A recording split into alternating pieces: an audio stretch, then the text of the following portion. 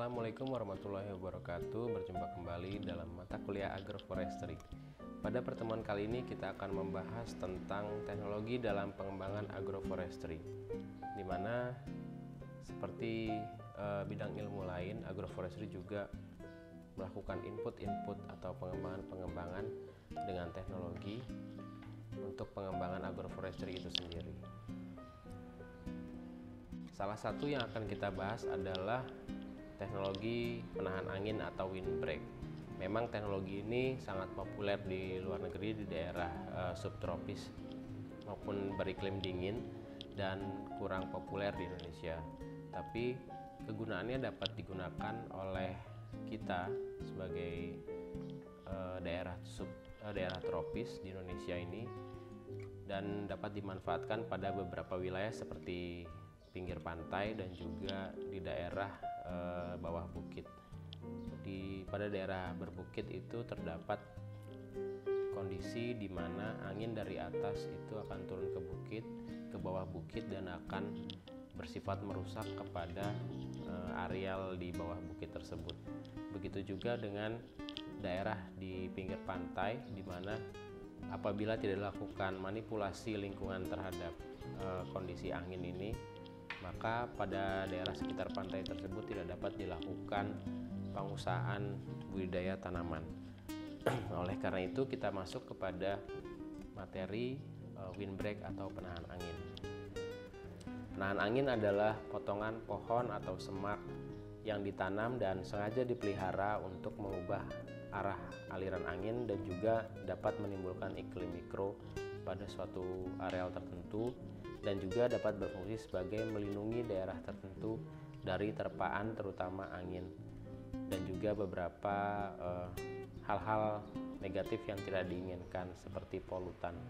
Kemudian penahan angin ini dikelola dan ditanam sebagai salah satu upaya dari pengusahaan tanaman dan juga peternakan. Penahan angin juga ini dapat sangat bermanfaat bagi kualitas hidup petani di sekitar lahan pertanian atau pemukiman di pedesaan dan juga kepada komunitas masyarakat di sana. Selanjutnya pada slide ketiga dapat kita lihat bahwa di sini terdapat foto desain dari lahan dengan penahan angin di wilayah North Dakota, Amerika Serikat.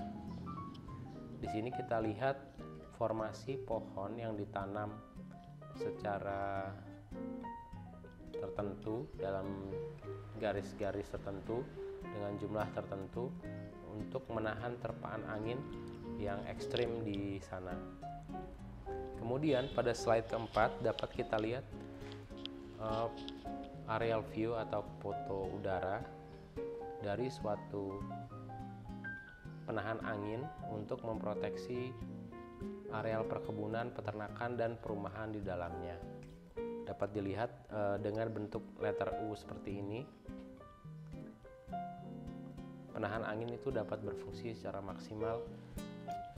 Dan selanjutnya kita akan melihat ilustrasi oleh Smith dan kawan-kawan dari penahan angin berbentuk letter L, di mana difungsikan untuk menahan angin, terpaan angin dari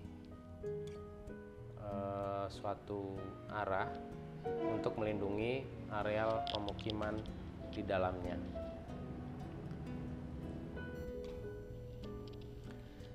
Selanjutnya kita akan melihat keuntungan-keuntungan apa saja yang dapat dihasilkan dari membentuk formasi penahan angin ini. Yang pertama, keuntungannya adalah memperbaiki kondisi lingkungan setempat, di mana kualitas tanah juga akan ditingkatkan melalui pencegahan erosi angin. Kemudian kualitas udara dan air dapat ditingkatkan dengan fungsi dari penahan angin tersebut yang menyaring atau menjebak udara yang mengandung polutan seperti debu atau bahan kimia yang melayang. Kemudian fungsi yang ketiga, dia memperbaiki kondisi lingkungan setempat dengan menurunkan kecepatan angin, sehingga selain mengurangi kerusakan akibat kecepatan angin tersebut, penahan angin ini juga dapat melakukan efisiensi penggunaan air dengan menurunkan tingkat penguapan dari dalam tanah dan juga dari penguapan tanaman. Selanjutnya adalah meningkatkan potensi ekonomi. Seperti yang sudah dijelaskan sebelumnya, bahwa penanganan angin ini akan mengurangi biaya, energi, dan juga perawatan dari wilayah yang ingin dilindungi. Kemudian penahan angin juga berfungsi untuk meningkatkan hasil panen, karena kondisi iklim mikro dan juga gangguan dari terpaan angin yang ekstrim itu dapat dikurangi, sehingga memaksimalkan produktivitas dari lahan yang dilindungi di dalamnya. Kemudian juga dapat berpotensi untuk meningkatkan kesehatan dan kekuatan ternak yang diusahakan dalamnya. Jadi dengan mengurangi terpaan angin ini akan meningkatkan beberapa faktor yang dapat meningkatkan kesehatan ternak. Selain itu juga dapat digunakan untuk menghasilkan produk-produk khusus dengan penanaman jenis-jenis yang bernilai ekonomis tinggi dan juga produksi kayu, baik untuk kayu bakar, untuk pertukangan maupun kayu log untuk kebutuhan konstruksi lainnya. Itu dapat dipanen dari menggunakan formasi penahan angin ini. Kemudian keuntungan lainnya adalah menyediakan habitat untuk satwa liar seperti burung, kemudian makrofauna tanah dan jenis-jenis spesies lainnya yang membutuhkan perlindungan dari terpaan angin. Kemudian juga berpotensi untuk menyediakan makanan bagi satwa-satwa tersebut, kemudian juga bisa menjadi tempat tinggal dan juga dapat menjadi koridor perjalanan yang diperlukan. Jadi ini hal yang mungkin kurang kita perhatikan di Indonesia, tetapi di luar negeri sangat diperhatikan, bahwa penahan angin ini menjadi koridor perjalanan bagi beberapa spesies satwa liar. Kemudian dapat juga penahan angin ini menyimpan karbon, karena dengan formasi beberapa lapis tumbuhan, pohon dan tanaman lainnya itu seiring waktu berjalan dia akan menyimpan karbon, sementara dia tetap akan memberikan manfaat-manfaat yang telah disebutkan sebelumnya. Slide selanjutnya ini menunjukkan tentang komponen kunci jika kita ingin melakukan pengembangan struktural terhadap penahan angin. Yang pertama adalah kita harus memperhatikan komponen ketinggian atau tinggi, kemudian kontinuitas atau keberlanjutan, kemudian kerapatannya. Yang keempat adalah orientasi atau arah ya, tapi lebih kepada di mana penahan angin ini akan dihadapkan. Kemudian yang kelima adalah panjang dari struktur penahan angin tersebut.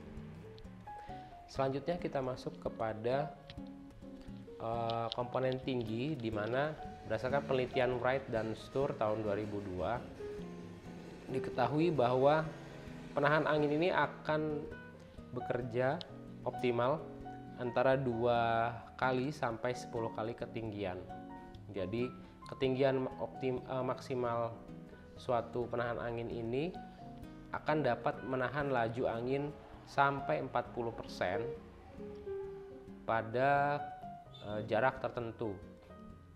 Apabila dia sudah mencapai tinggi optimal, maka berpotensi seperti ini sampai 40%, seperti yang dapat para peserta lihat pada gambar ilustrasi pada slide ke-10.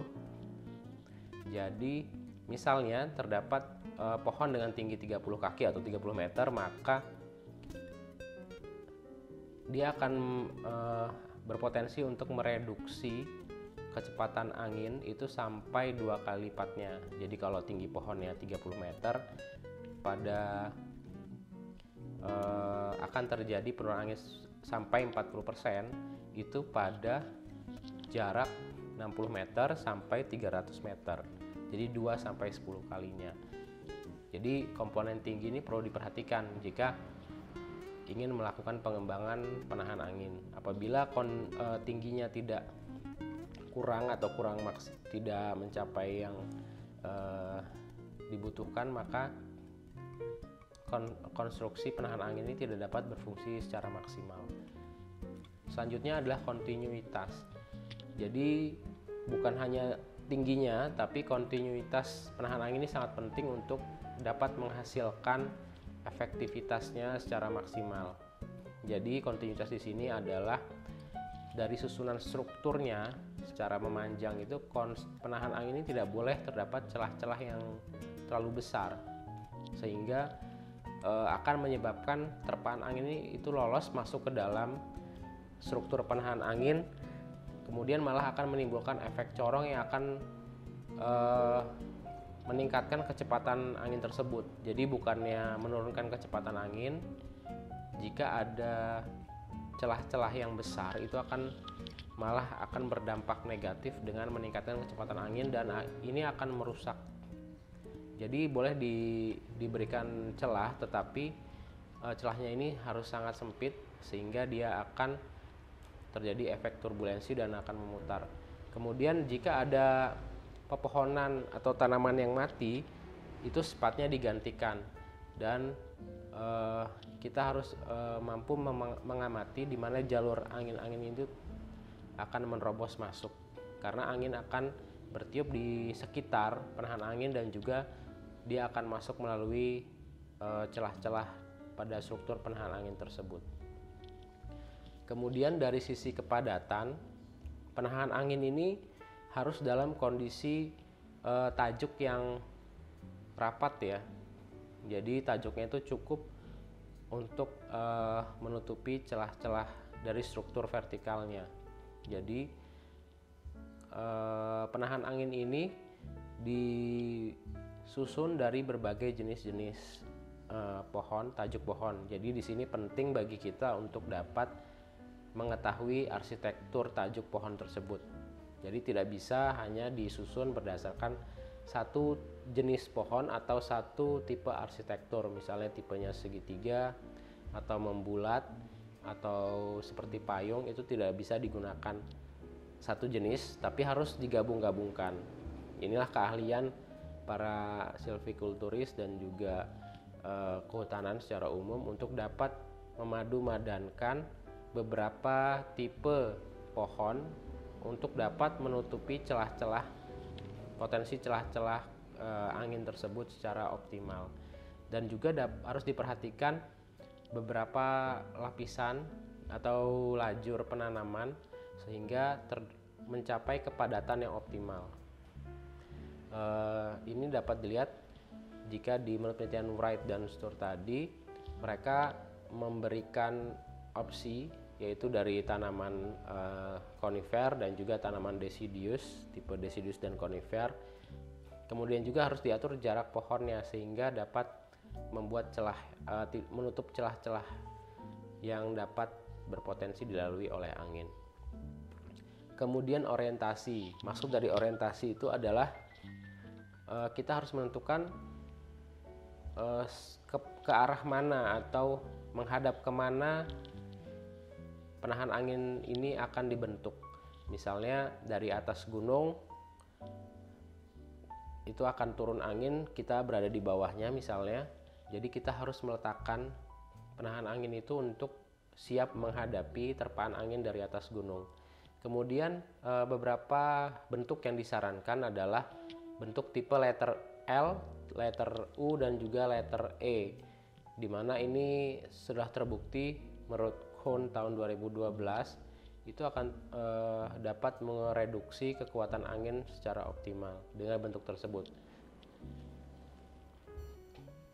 Selain itu juga, selain kita melihat arah-arah anginnya, kita juga harus memperhatikan zonasi atau zona-zona yang akan kita lindungi tersebut. Selain itu, kita juga harus memperhatikan visibilitas atau penglihatan jalan ya, apabila berpotensi menutupi pandangan dari pengguna jalan. Selain itu juga aspek manajemen ke depan, 5-10 tahun ke depan kita harus dapat merencanakannya terlebih dahulu apakah ini akan mengganggu di kemudian hari. Kemudian dari komponen panjangnya, jadi kita harus menentukan panjang sesuai dengan areal yang ingin kita lindungi. Jadi setidaknya ada perbandingan di mana ketinggian dan panjang itu 10 berbanding 1 ya, 10 banding 1. Misalnya jika ketinggian penahannya itu adalah 20 meter, maka panjang penahan angin itu tidak boleh kurang dari 10 kalinya atau sekitar 200 meter, sehingga dia akan meminimalkan potensi terjadi turbulensi atau anginnya berputar di sekitar ujung-ujung penahan angin tersebut. Selanjutnya ini terdapat ilustrasi penanaman angin di daerah Balkan ya, daerah dingin, di mana terdapat potensi angin dari wilayah utara. Dapat lihat pada slide ke-15. Dia menggabungkan beberapa layer atau beberapa lapisan, di mana terdapat 3 lapis, yaitu kanopi atas, kemudian kanopi bawah, kemudian lapisan paling bawah semak dan perdu. Kemudian digabungkan dalam suatu pertanaman, satu formasi berbaris, di mana formasinya itu saling melengkapi sehingga tidak terdapat celah-celah yang memungkinkan yang cukup besar untuk angin itu dapat menembus. Kemudian selanjutnya pada slide ke-16 kita dapat melihat ini salah satu contohnya di tegakan cemara udang di sepanjang bibir pantai utara Semenep dengan panjang sekitar 30 km. Jadi fungsi dari cemara udang ini sudah dibuktikan di beberapa tempat, misalnya di pantai selatan Yogyakarta dan juga ada di Pantai Panjang di Bengkulu. Cemara udang itu dapat berfungsi optimal untuk menahan terpaan dari pasir, debu, dan juga angin dari pantai. Tetapi memang fungsinya sebagian besar adalah untuk kebutuhan wisata. Hal ini juga dapat kita gunakan dengan menggunakan formasi mangrove, misalnya ketika kita akan melindungi pertanaman atau pengusahaan budidaya lahan di zonasi yang ingin kita lindungi. Hal ini juga sudah dilakukan di pantai selatan Yogyakarta, di mana pertaniannya di daerah pasir itu dapat berhasil karena sebelumnya sudah diberikan proteksi penahan angin dari cemara udang. Hal ini juga dapat dikembangkan bagi para mahasiswa, bagaimana kita dapat membentuk formasi-formasi angin tadi seperti dengan mengamati komponen-komponen yang sudah disebutkan sebelumnya. Jadi ada beberapa 5 komponen tadi, itu harap diperhatikan dalam kita mendesain windbreak atau penahan angin. Oke, menurut saya cukup sekian pertemuan kali ini. Terima kasih atas perhatiannya. Sampai berjumpa kembali pada pertemuan selanjutnya. Wassalamualaikum warahmatullahi wabarakatuh.